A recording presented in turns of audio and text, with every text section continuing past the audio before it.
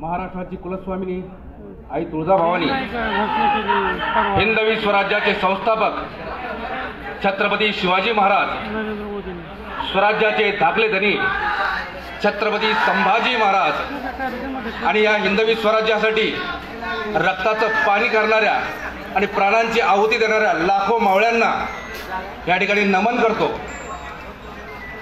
व्यासपीठावर उपस्थित महाराष्ट्र नवनिर्माण विद्यार्थी सेनेचे मराठवाड्यातील माझे सर्व सहकारी आणि सन्माननीय नेते अक्षयजी काशीद साहेब आणि राजूदादा जावळीकर साहेब,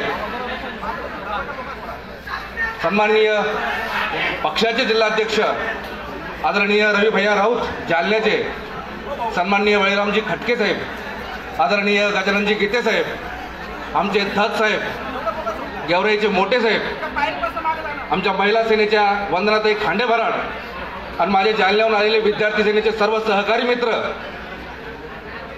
आपण सर्वच जण सन्माननीय राजसाहेबांनी ज्या वेळेला पक्षाची स्थापना केली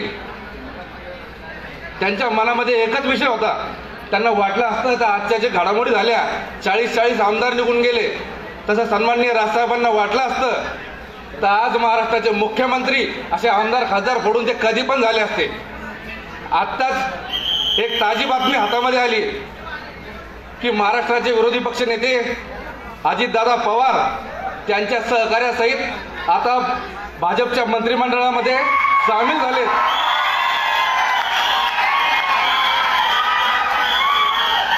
लक्षात घ्या मित्रांनो, हे सर्व चारही प्रमुख पक्ष जे आहेत हे सत्तेशिवाय राहू शकत नाही, पण सर्वसामान्य कार्यकर्त्यांसाठी की माझा सर्वसामान्य कार्यकर्ता हा सत्तेच्या केंद्रस्थानापर्यंत पोहोचला पाहिजे यासाठी सन्माननीय राजसाहेब ठाकरे काम करतात।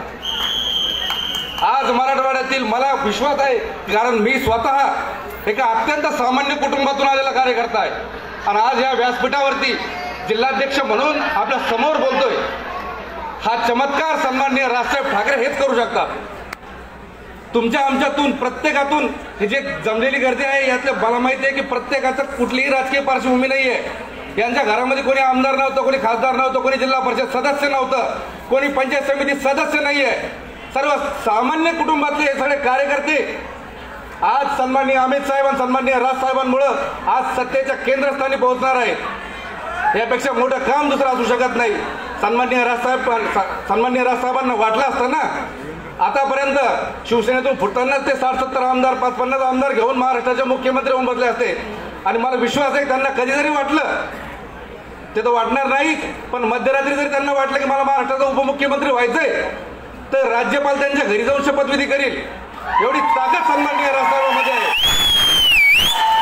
पण सन्माननीय राजसाहेबांचा एकच म्हणत आहे की माझा तळागाळातला कार्यकर्ता हा केंद्रस्थानी सत्तेच्या केंद्रस्थानी सत्तेच्या खुर्चीवरती त्यांना बसवायचा आहे आणि त्यासाठी सन्माननीय राजसाहेब ठाकरे काम करत आहेत। महाराष्ट्र नवनिर्माण विद्यार्थी सेनेचं पद भेटल्यानंतर आम्ही सर्वच जण जालना जिल्ह्यामध्ये माझ्या सर्व सहकाऱ्यांच्या मदतीने आणि सन्माननीय रवी भैया यांच्या ताकदीवर आम्ही जवळपास म्हणजे सन्माननीय राजसाहेब ठाकरे या नावाची जी ताकद आहे की जवळपास 100 विद्यार्थ्यांच्या टिशा त्यांच्या शाळा त्यांना देत नव्हत्या, एकही रुपया न भरता 100 विद्यार्थ्यांच्या टिशा जवळपास आम्ही त्यांना सुपूर्द केल्या।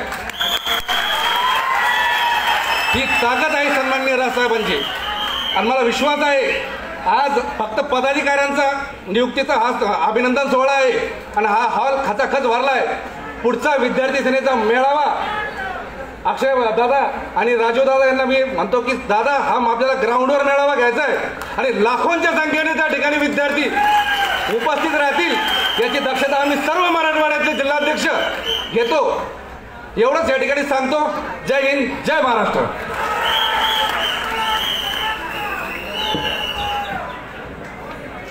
नक्कीच आपण सर्व